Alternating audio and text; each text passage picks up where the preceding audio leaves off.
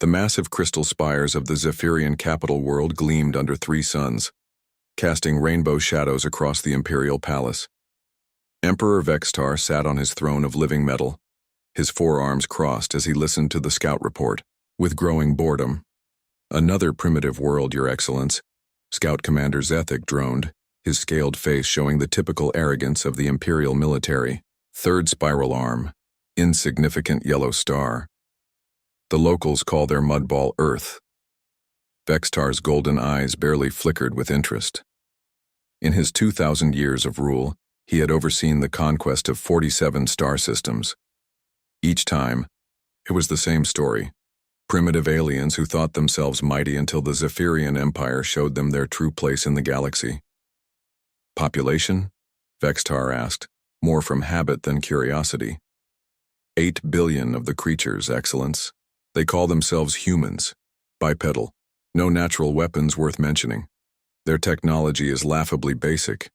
They've barely left their home world."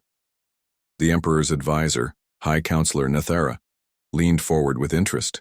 Her serpentine form coiled elegantly as she spoke. 8 billion could provide substantial slave labor for the outer colonies, Excellence. The mining operations on Kepler 7th need more workers. Vextar waved a dismissive hand. "Very well. Send a cleansing fleet. Standard protocol. 50 ships. Should be more than enough for such vermin." The throne room filled with the clicking sounds that passed for laughter among the Zephyrian nobility. 50 ships was considered a patrol force, barely worth the fuel to send them. Most conquered worlds fell to fewer than 20 vessels. "Shall we broadcast the conquest, Excellence?" asked Minister of Propaganda Yextal. "The citizens do enjoy watching primitive species learn their place." "Of course," Vextar replied. "Schedule it during the evening entertainment block. Call it Cleansing of the Apes or something equally amusing." As the imperial court dissolved into their daily routines of luxury and scheming, none of them noticed the small dark object drifting past their outer sensor grid. To their scanners, it appeared to be just another piece of space debris. The Zephyrians had grown so confident in their dominance that they rarely looked closely at anything that seemed harmless. The object was anything but harmless. Inside its cramped confines, Captain Maria Santos of the United Earth Defense Coalition pressed her eye to the periscope and smiled grimly. For 3 months, she and her crew had been observing Zephyrian patrol patterns, recording their communications, and learning everything they could about their supposed conquerors. "Did you get all that, Rodriguez?" she whispered to her communications officer. "Every word, Captain," Lieutenant Carlos Rodriguez replied, his fingers dancing over the recording equipment. 50 ships. Standard cleansing protocol. They really think we're just animals." "Good," Santos said. "That's exactly what we want them to think." The reconnaissance pod began its long journey back to Earth, carrying intelligence that would prove more valuable than the Zephyrians could possibly imagine. Behind them, the Empire continued its preparations for what they assumed would be a routine extermination. Meanwhile, 9 billion kilometers away, General Patricia Hayes stood in the command center beneath the Rocky Mountains, watching as status reports flooded in from across the solar system. The room buzzed with quiet efficiency as hundreds of technicians coordinated humanity's greatest undertaking. "Mars shipyards report full production, General," reported Colonel James Park. "The new hybrid drives are testing beyond expectations. Asteroid mining operations are ahead of schedule," added Commander Lisa Chen. "We've got enough raw materials to build whatever we need." Hayes nodded, her weathered face showing the strain of the past year. Ever since the first Zephyrian scout had been detected entering the solar system, humanity had been racing against time. The alien technology they had secretly captured and reverse-engineered was beyond anything Earth's scientists had dreamed possible. But humanity had something the aliens clearly lacked: the desperate creativity that came from fighting for survival. "What about the Jupiter stations?" Hayes asked. "All 12 orbital platforms are operational," reported Major Anderson. "The new weapon systems are, well, let's just say they would surprise our visitors." Hayes allowed herself a small smile. The past year had seen humanity accomplish things that should have taken decades. Necessity, it seemed, was indeed the mother of invention. When faced with extinction, Humans had a remarkable ability to find solutions that others would never consider. The general walked over to the main display, where a three-dimensional map showed the disposition of human forces throughout the solar system. To any outside observer, Earth appeared to be a single, vulnerable planet with a few primitive satellites.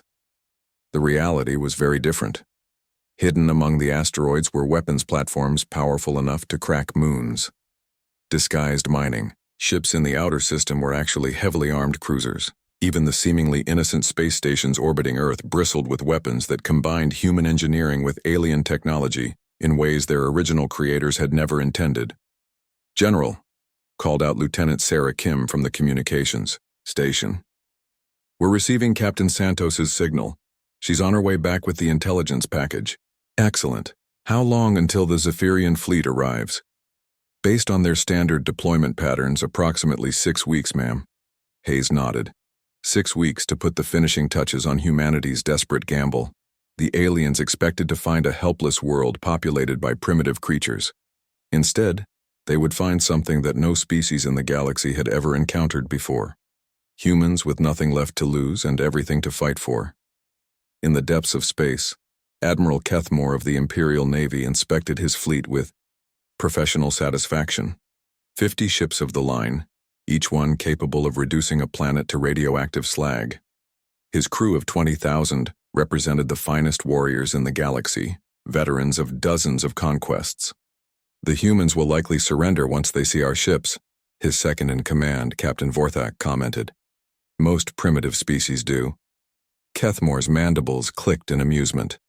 "If they don't, we'll simply demonstrate our power by destroying one of their cities. That usually encourages cooperation." The Admiral had no way of knowing that his fleet had been detected the moment it entered human space. Hidden sensors, disguised as natural phenomena, tracked every movement. Human analysts studied their formation patterns, weapon signatures, and communication frequencies. By the time the Zephyrian fleet reached Earth's outer system, humanity would know everything about their capabilities.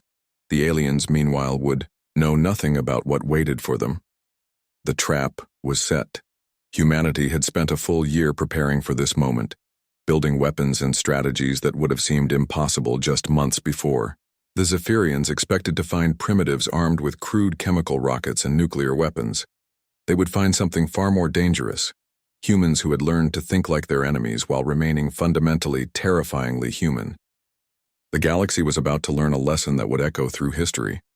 Humanity was done being underestimated. Admiral Kethmore stood on the bridge of his flagship, the Eternal Dominion, as the blue marble called Earth grew larger on the main screen. Behind him, 49 other Zephyrian warships maintained perfect formation, their hulls gleaming with the confidence of 1,000 victories. "Primitive," muttered Captain Vorthak, studying the sensor readings. "A few orbital stations, some basic satellites, no proper defense grid. This will be over in hours." Kethmore activated the communication array, preparing to deliver the standard conquest ultimatum. His voice, electronically enhanced to sound properly intimidating, echoed across all human communication frequencies. "Inhabitants of the world called Earth, I am Admiral Kethmore of the Zephyrian Imperial Navy. By order of His Excellence Emperor Vexitar, you are commanded to surrender unconditionally. You have 72 standard hours to comply. Surrender now, and some of you may be permitted to live as slaves. Resist and your species will be cleansed from the galaxy. This is your only warning." The bridge crew waited for the typical response. Sometimes the primitives begged for mercy. Sometimes they tried to negotiate. Occasionally they attempted futile attacks with their crude weapons. The pattern was always the same. What came back through their speakers was not what they expected. "Admiral Kethmore," said a calm human voice, speaking perfect Zephyrian. "This is General Patricia Hayes of the United Earth Defense Coalition. We have received your message and considered your offer carefully." The bridge fell silent. How did these primitives know their language? How did they even know his name? The human voice continued. "Our response is as follows. Come and take it." For a moment, nobody on the Zephyrian bridge spoke. Then Captain Vorthak began to laugh, a harsh clicking sound. Did the animals just refuse our generous offer? It appears they did, Kethmore replied, though something in the human's tone bothered him. There had been no fear, no desperation, only calm confidence. Very well. Begin standard bombardment pattern. Target their largest population centers. Admiral, called out his sensor operator. I'm detecting some unusual readings from the asteroid belt, multiple contacts, but they don't match any known ship configurations. Probably mining vessels, Vorthak dismissed. Primitives always try to hide their industrial ships. Kethmore was about to agree when his tactical officer's voice cracked with surprise. Admiral, massive energy signatures detected. Those asteroids, they're not asteroids. The main screen erupted into chaos as what had appeared to be floating. Rock suddenly blazed with weapon signatures. Dozens of hidden human ships emerged from their concealment, their hulls bristling with weapons that shouldn't exist. Impossible, Kethmore snarled. How do they have energy weapons? Their technology level doesn't support. His words were cut off as the first human salvo struck his formation. 3 Zephyrian ships simply vanished, vaporized by weapons that delivered more power than should have been possible from such small vessels. Return fire. All ships. Return fire immediately. The Zephyrian fleet responded, as they had been trained, turning their weapons on the human ships with practiced efficiency. Their particle beams and plasma cannons should have swept the crude human vessels from space. Instead, the humans did something no civilized species had ever attempted. They scattered like insects, abandoning all formation discipline. Some ships dove directly toward the Zephyrian fleet, their pilots apparently insane. Others used the Earth's gravity well to slingshot around the planet at impossible speeds. What are they doing? Vorthak demanded. This isn't tactics, it's madness. One human ship, its hull already glowing from weapon impacts, accelerated directly toward the Zephyrian cruiser Might of Conquest. The human vessel's communications were still active, and across the bridge speakers came something that chilled every alien present. Human laughter. Tell my wife I love her, the human pilot shouted, his voice filled with what sounded like joy. Ramming speed! The human ship struck the Zephyrian cruiser at full velocity, punching through its shields and hull like a bullet through paper. The resulting explosion took both vessels and damaged 3 others in the formation. They're using their ships as weapons, the tactical officer reported in disbelief. The humans are deliberately destroying their own vessels to damage ours. More human ships appeared from hidden positions throughout the solar system. They emerged from behind moons, from within the rings of Saturn, from the deep shadows where no civilized species would think to hide. Each one fought with the desperate creativity of cornered animals, using tactics that violated every principle of space warfare. A group of human vessels used Jupiter's massive magnetic field to accelerate chunks of metal to incredible speeds, turning the largest planet in the system into a giant railgun. Others released clouds of microscopic debris that played havoc with Zephyrian sensors and navigation systems. This is impossible, Kethmore roared, as another of his ships was destroyed by a human vessel that had somehow approached undetected.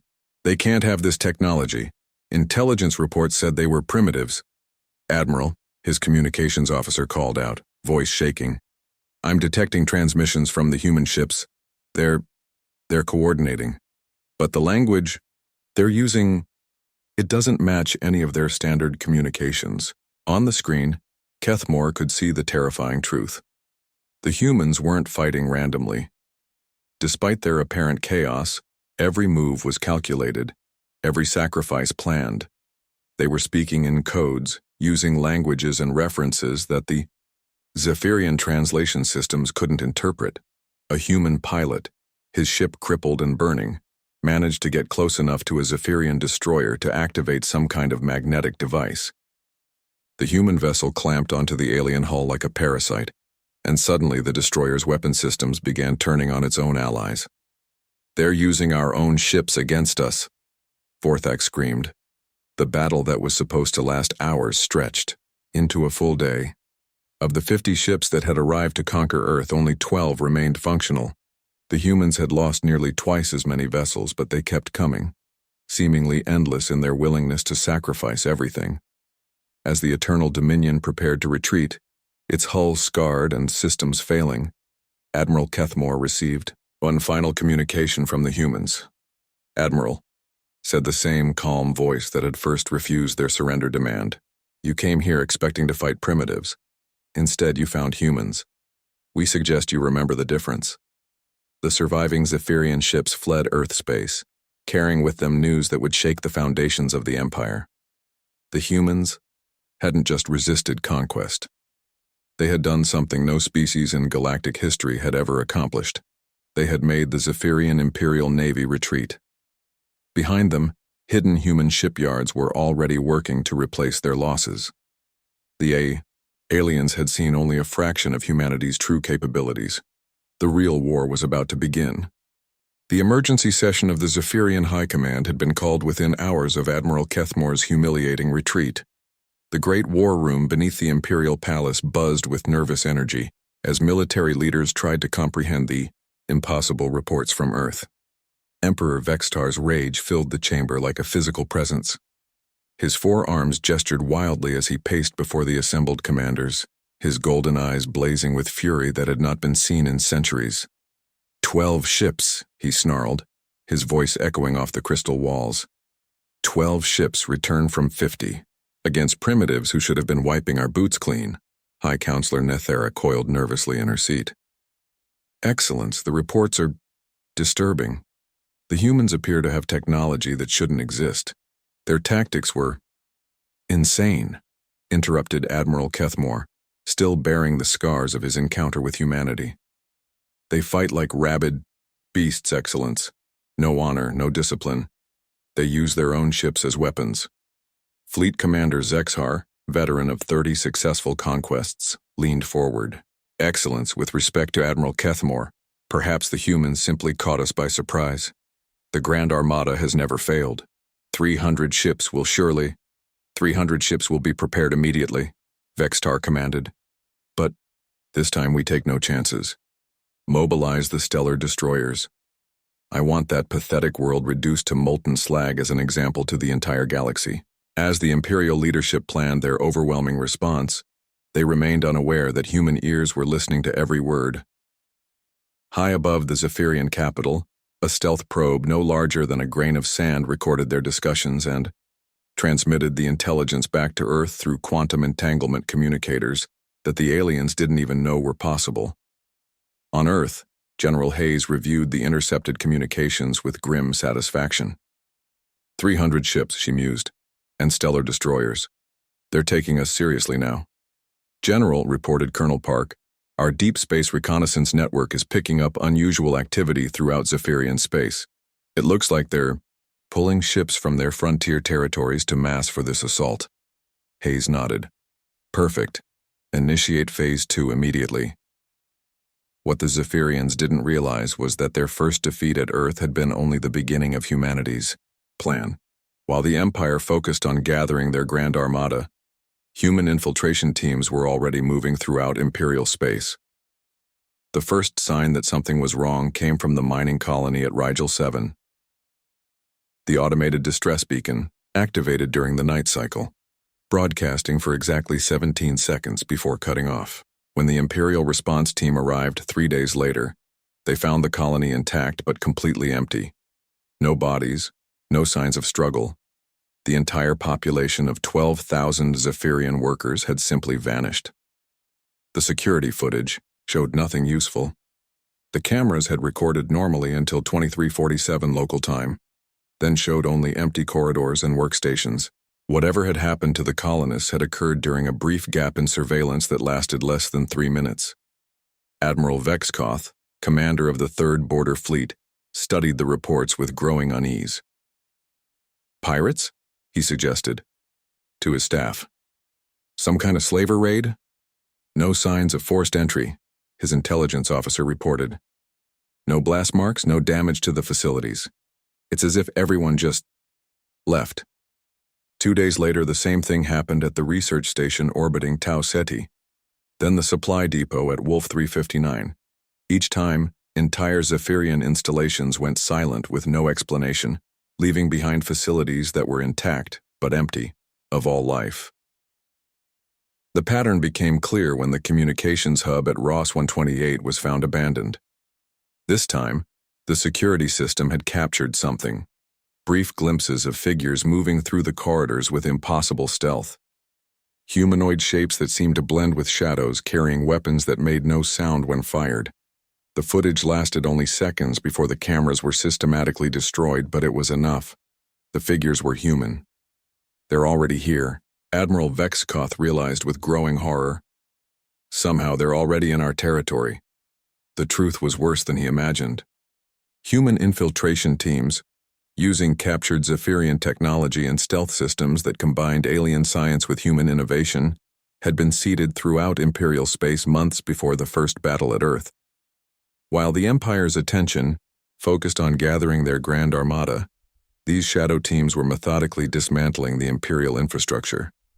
They didn't destroy facilities. That would have been wasteful. Instead, they captured them intact, taking prisoners for intelligence, and converting Zephyrian equipment to human use. Within weeks, humanity had established a network of hidden bases throughout the Empire's outer territories. The psychological effect was devastating. Zephyrian colonies began reporting strange sightings, ships that appeared on sensors but vanished. When investigated, communications that were intercepted and retransmitted with subtle changes, supply convoys that arrived at their destinations with crews who couldn't quite remember the details of their journey. Emperor Vexitar's fury reached new heights as reports flooded in from across the Empire. "How are they doing this?" he demanded. "They're supposed to be trapped on their miserable world." High Counselor Nethera had spent sleepless days reviewing intelligence reports. "Excellence, it appears we gravely underestimated human expansion. They weren't confined to one world. They had already established hidden colonies throughout their local region. Our initial scouts only detected their primary world because that's all they wanted us to see." The revelation struck the Imperial leadership like a physical blow. The primitive humans hadn't been caught by surprise at all. They had been watching, learning, and preparing for this confrontation for far longer than anyone had imagined.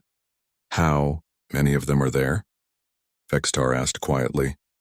"Unknown, Excellence. Our estimates range from 50 million to over 1 billion humans scattered across dozens of hidden colonies and installations." The Emperor's golden eyes blazed with something approaching fear.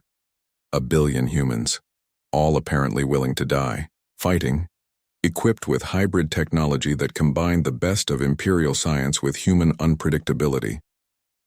As if summoned by his thoughts, an aide rushed into the chamber carrying an urgent communication.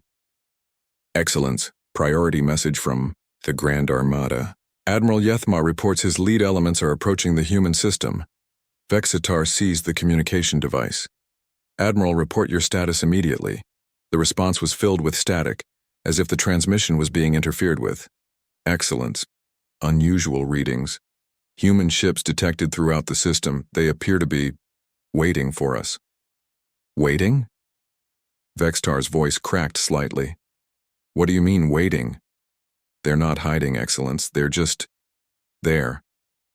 Hundreds of them, arranged in formations we don't recognize. And Excellence." The Admiral's voice dropped to a whisper. "They're broadcasting something on all frequencies. Music, Excellence. They're playing human music." The transmission cut off, leaving the Imperial Command Center in stunned silence. Somewhere in the depths of space, 300 of the Empire's finest warships were approaching a system where humans waited for them with apparent confidence, playing music as if this were some kind of celebration. For the first time in his 2,000-year reign, Emperor Vextar began to suspect that the Zephyrian Empire might have made a terrible mistake. Admiral Yethmar had commanded the Grand Armada for over 3 centuries, leading it to victory in 47 different star systems. Never in all his experience had he encountered anything like what waited for him in the Sol system.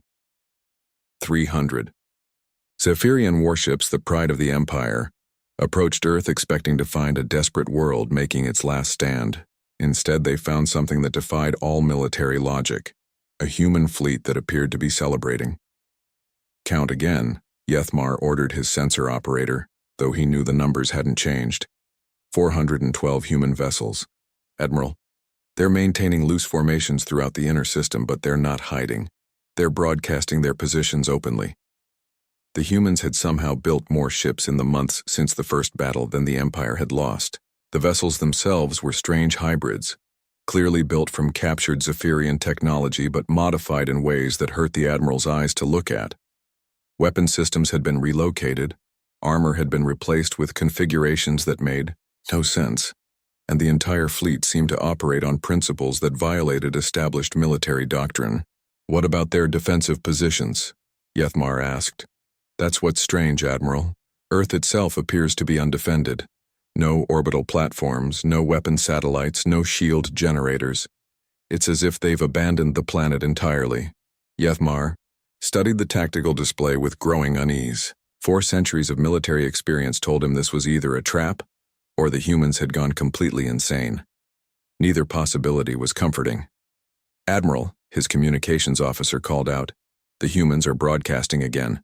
Same transmission, on all frequencies." "What are they saying?" "It's not speech, sir. It's music. Some kind of rhythmic composition with what our computers identify as percussion instruments and wind instruments." Yethmar activated his personal communicator to contact the Imperial capital. "Excellence, we have reached the human system. The situation is unusual." Emperor Vextar's voice crackled through subspace. "Unusual how? Destroy them and be done with it." "Excellence, they appear to be waiting for us. Their entire fleet is deployed in the open, and they're broadcasting music." "Music?" The Emperor's confusion was evident even through the static. "What kind of military strategy involves music?" Before Yethmar could answer, the human transmission changed. The music faded, replaced by a voice speaking perfect Zephyrian. "Admiral Yethmar of the Grand Armada, this is Admiral Sarah Chen of the United Earth Defense Coalition. Welcome to our solar system. We've been expecting you." The Zephyrian bridge fell silent. How did the humans know his name? How did they know he was in command? The human voice continued. "We know you've come here expecting to destroy our world and eliminate our species. We've prepared something special for the occasion. Consider this our gift to the Zephyrian Empire." "Gifts?" Yethmar muttered. "What kind of gift?" His answer came in the form of energy readings that made his instruments scream warnings. Throughout the asteroid belt, on the moons of the outer planets and hidden within the rings of Saturn, massive weapon systems came online. These weren't the crude installations his intelligence reports had described. These were weapons platforms that rivaled anything in the Imperial arsenal. "Admiral," his tactical officer shouted, "massive energy buildup detected. They've turned the entire system into a weapon." But that wasn't the worst of it. As the Grand Armada advanced, human ships began emerging from seemingly impossible locations. They rose from the clouds of Jupiter like sea creatures breaching the surface. They detached from asteroids that had been hollowed out and converted into mobile battleships. Some appeared to have been hiding inside the rings of Saturn, camouflaged so perfectly that they had been invisible until they moved. "How many ships do they have?" Yethmar demanded. "Unknown, Admiral. New contacts are appearing every few minutes. Current count is over 600 and rising."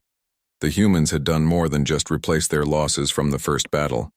They had used the time while the Empire gathered its forces to completely militarize their entire solar system.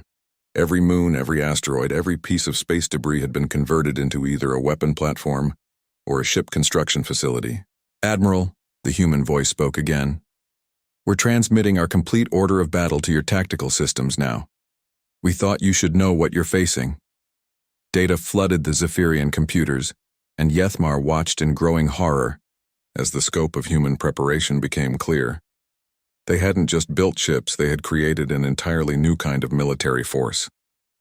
Mobile asteroid bases, weapons platforms that could move between planets, and ships that could separate into smaller units or combine into larger ones as needed.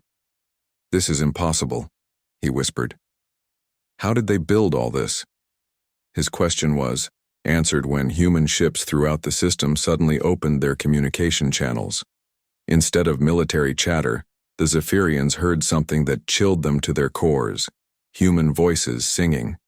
Thousands of them, in dozens of languages all joining together in a harmony that spoke of unity and determination.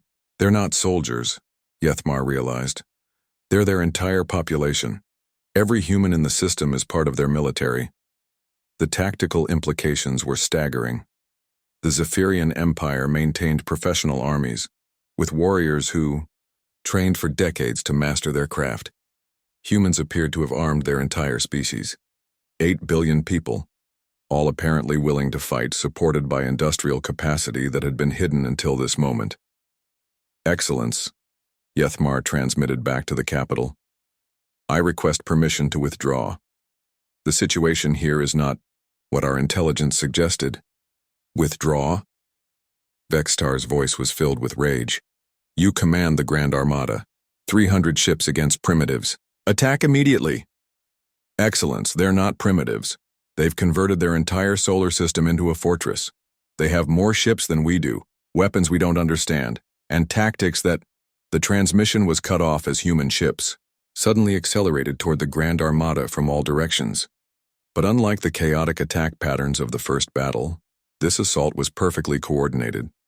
Human vessels moved like schools of fish, flowing around Zephyrian formations and striking from unexpected angles. The battle that followed was, unlike anything in galactic military history. Human ships fought with the same desperate creativity as before, but now they had numbers, preparation, and time to plan. They used the solar system's natural features as weapons, redirecting asteroid trajectories and using planetary gravity wells to accelerate projectiles to impossible speeds. Zephyrian ships that had never known defeat found themselves outmaneuvered by human vessels that seemed to predict their every move. The humans had studied Imperial tactics for months, learning every formation and strategy from captured databases. They know us better than we know ourselves, Yethmar realized as his own flagship came under attack from 6 different directions simultaneously. The Grand Armada, pride of the Zephyrian Empire, lasted less than 8 hours. Those ships that survived the battle fled the system carrying news that would shake the foundations of galactic civilization. Humanity hadn't just defended their world. They had revealed themselves to be something the galaxy had never seen before. An entire species willing to fight as one, armed with technology they had mastered in months rather than centuries, and motivated by something the Zephyrians couldn't understand. They called it freedom, and they were willing to die for it. The survivors of the Grand Armada limped into Zephyrian space carrying news that the Empire's leadership refused to believe. Of 300 ships, fewer than 50 had returned, and those were barely functional wrecks crewed by traumatized survivors who spoke in whispers of impossible things. Emperor Vextar stood in his private chambers, staring out at the triple sunset that had marked the end of another day of his reign. For the first time in 2,000 years, doubt crept into his thoughts like poison. The reports from his fleeing admirals painted a picture of human capabilities that challenged everything the Empire understood about warfare and technology. Excellence, High Counselor Nethara entered without being announced, a breach of protocol that showed how desperate the situation had become. We have a priority communication from Admiral Kexivor at the Centauri border. Vextar activated the communication without turning away from the window. The holographic image that appeared showed a Zephyrian admiral whose scales had lost their luster from stress and fear. Excellence, the humans are here. They're not just defending anymore, they're hunting us. The words hit Vextar like a physical blow. Explain yourself, Admiral. They appeared 3 hours ago, Excellence. Not scouts or raiders, but full battle fleets. They're systematically attacking our border outposts, and they're not taking prisoners. As Admiral Kexivor spoke, similar reports flooded in from across the Empire. Human fleets, appearing as if from nowhere, were striking at Zephyrian installations throughout Imperial space. These weren't desperate attacks or guerrilla raids. They were coordinated military operations executed with precision that rivaled the Empire's own forces. How are they moving so quickly? Vextar demanded. Our intelligence indicated they had barely achieved faster than light travel. They're using our own wormhole network, Excellence, Admiral Kexivor replied, his voice hollow with defeat. Somehow, they've mapped our entire transportation system and are using it to move their fleets faster than we can respond. The implications were staggering. The Zephyrian Empire's wormhole network had taken millennia to establish, and was considered the most secure transportation system in the galaxy. The idea that humans had not only discovered it, but learned to use it in a matter of months, was beyond comprehension. Worse news followed. Human forces weren't just striking random targets, they were systematically dismantling the Imperial military infrastructure. Communications hubs, supply depots, shipyards, and command centers were being destroyed, or captured with surgical precision. "Excellence," Nethara reported, reading from incoming dispatches. "We're receiving surrender requests from 17 border colonies. They're asking permission to negotiate separate terms with the humans." Vextar's rage flared, but it was tinged with something he hadn't felt in centuries: fear. "Surrender? Zephyrian colonies don't surrender." "They do when faced with complete annihilation, Excellence. The humans aren't offering the usual terms of conquest. They're presenting a simple choice: submit or be eliminated." The Emperor moved to his command console and activated the Empire-wide communication system. Across 847 star systems, his image appeared on every screen and communication device. "Citizens of the Zephyrian Empire," he began, his voice carrying the authority of millennia, "we face an unprecedented threat. The species we dismissed as primitive has revealed capabilities that challenge our very existence. But we are Zephyrians. We have ruled this galaxy for—" His speech was interrupted as human signals began overriding Imperial communications throughout the Empire. On screens that should have shown only the Emperor's image, a different figure appeared. Human, female, wearing the uniform of their military with calm confidence that was more terrifying than any threat. "Citizens of the former Zephyrian Empire," Admiral Sarah Chen said, speaking in perfect Zephyrian to an audience of trillions. "This is Admiral Chen of the United Earth Defense Coalition. Your Emperor has brought destruction to our worlds and threatened our people. We are responding accordingly." Vextar frantically tried to regain control of his communication systems, but human override codes continued to block his signals. Admiral Chen continued, her voice reaching every corner of the Empire. "We offer the following terms to all non-military Zephyrian populations. Lay down your weapons, cease all support for Imperial military operations, and you will be unharmed. Continue to support your Emperor's war against humanity, and you will share his fate." "Your Emperor called us primitives," Chen said, and for the first time emotion crept into her voice. "He sent fleets to destroy our worlds and enslave our children. He believed we were too weak to resist, too scattered to fight back, too primitive to pose a threat." The image on the screens changed, showing footage of human fleets moving through space with coordinated precision that made Imperial formations look clumsy by comparison. Ships by the thousands, armed with weapons that combined Zephyrian technology with human innovation in ways that produced capabilities neither species had achieved alone. "We are not primitive," Chen stated simply. "We are adaptable.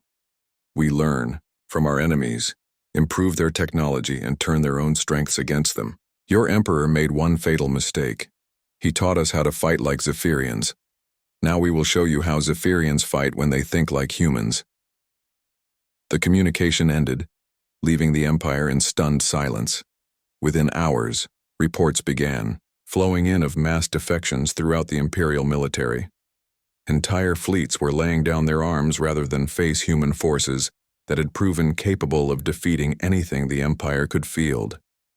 Emperor Vextar stood alone in his throne room as his advisors fled and his communications went unanswered. The great doors burst open, and human soldiers entered, moving with the fluid efficiency of apex predators.